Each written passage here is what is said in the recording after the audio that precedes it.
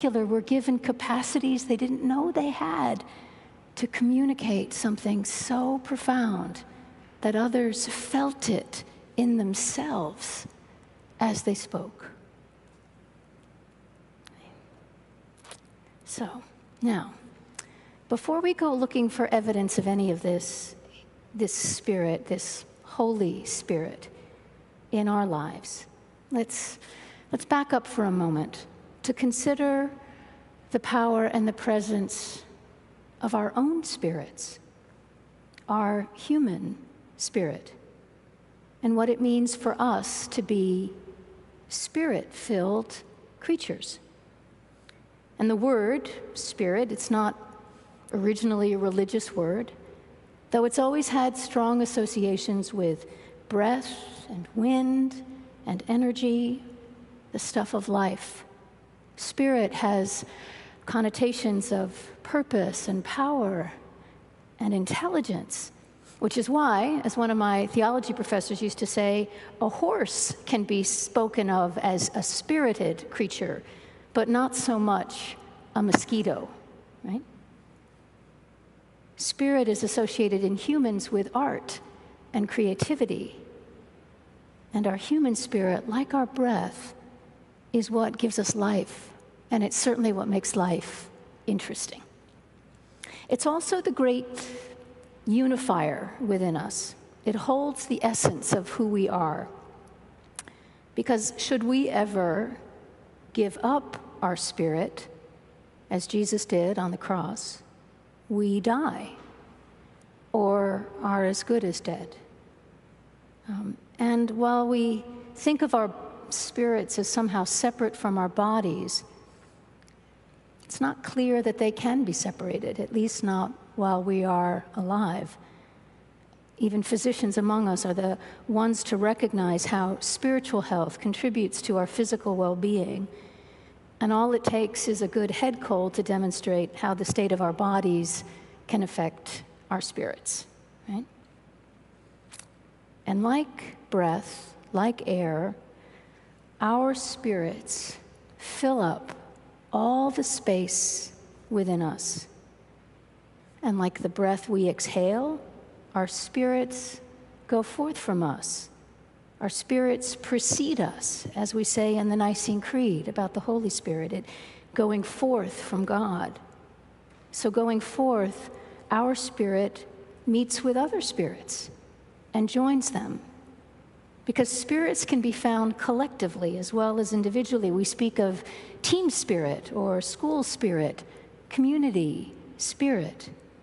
All that gives life and energy. And there's a spirit of a family, a culture, a nation, and they're each distinctive. So it may be that there's no such thing as one spirit in isolation apart from other spirits. The story of Helen Keller comes to mind for me here, and how her spirit seemed to be trapped inside of her until she could connect with another person and actually communicate with her teacher, Annie Sullivan. And some theologians describe our spirit as that mystery which lies between us, connecting us to one another. Often when I'm helping a couple prepare for marriage, I'll ask them to think about their marriage as a kind of container for the two of them and for their lives. And in a sense, the spirit of their marriage or a friendship or certainly of a community is something that we care for together. We contribute to it, but it also becomes the context in which we live. So, I'm getting back to the Holy Spirit. Just a second. Because I have a sense that it's in that in-between space, spirit to spirit, as well as within the depths of our own spirits, where we first come to know God.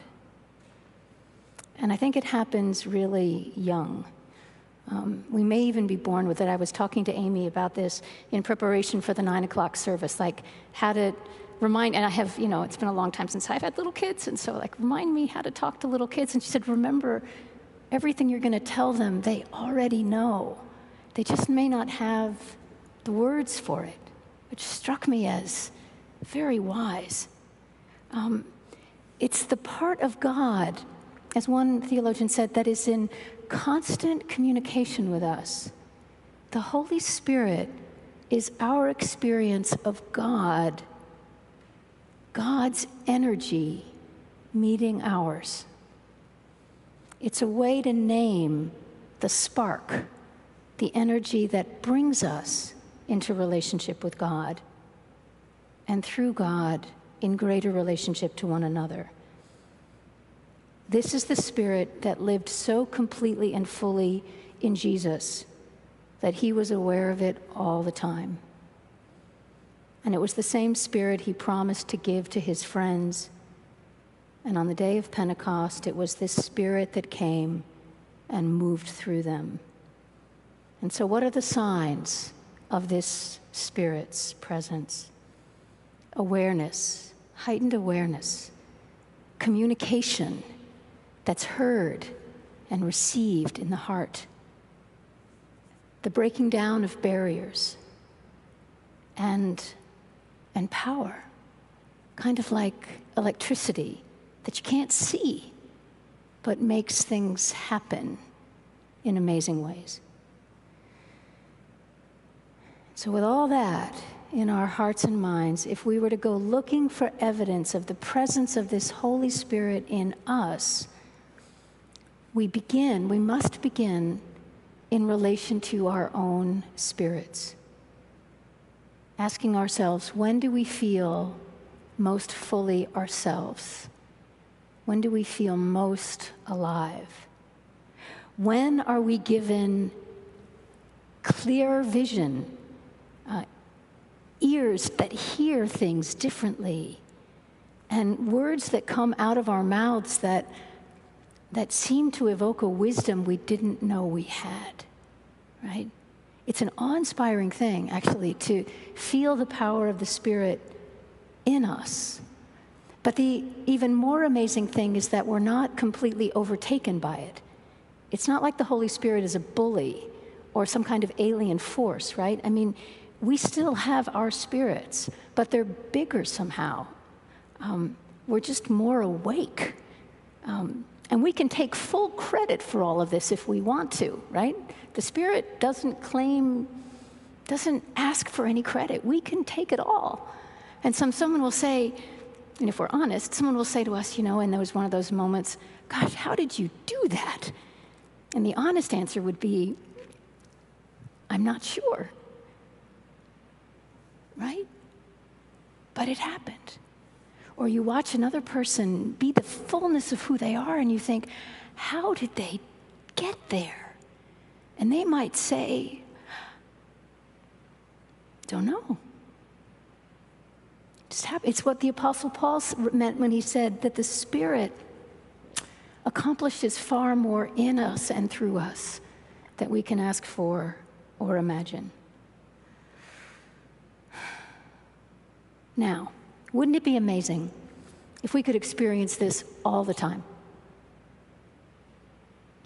But we aren't Jesus, and we can only know fleetingly what he had going at every moment. And that's part of the mystery, I think, of our relationship to God, spirit to spirit. Sometimes we feel it with that intensity and beauty, and other times we don't. Yet I can't help but believe that the potential for that kind of connection and power is always available to us. I think we forget that in our typical stance of self-reliance, that we assume everything is up to us, right? And we forget to ask or to wait for that sense of Spirit, God's Spirit, to come or to help. And I'm quite certain that the more we consciously ask and wait, the more we'll experience it. And one reason we gather in church every week is to remind us, right, that the Spirit is here and trying to open ourselves yet again to receive it. So as I leave you today, I just leave you with two thoughts that you might take with you. And the first is, maybe perhaps later today over lunch or dinner or just thinking to yourself, you might remember back to those moments when you felt most alive, when you felt inspired, when you felt you were given a capacity that you didn't know was in you, and you could be with someone else in a way that that you would describe as a sacred connection. Just remember and to savor that moment and to lift it up for the power that it has. And then, this is the second thing, I try to do this almost every day when I remember, and that is it's kind of silly, but bear with me. I mean, it's not silly, but it's a prayer practice. And every day, I try to remember to use my arms and offer myself in prayer to receive. And then for the grace to share. And finally, for this capacity to live in alignment with that Spirit.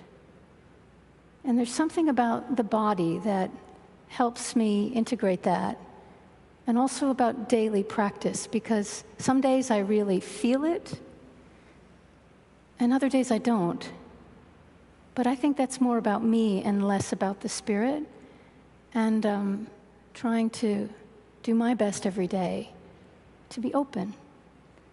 And I invite all of you in your own practices and prayers to do more of the same, so that together we might collectively experience, embody, and to share something of that tremendous loving power with those in our world we're called to love and to serve.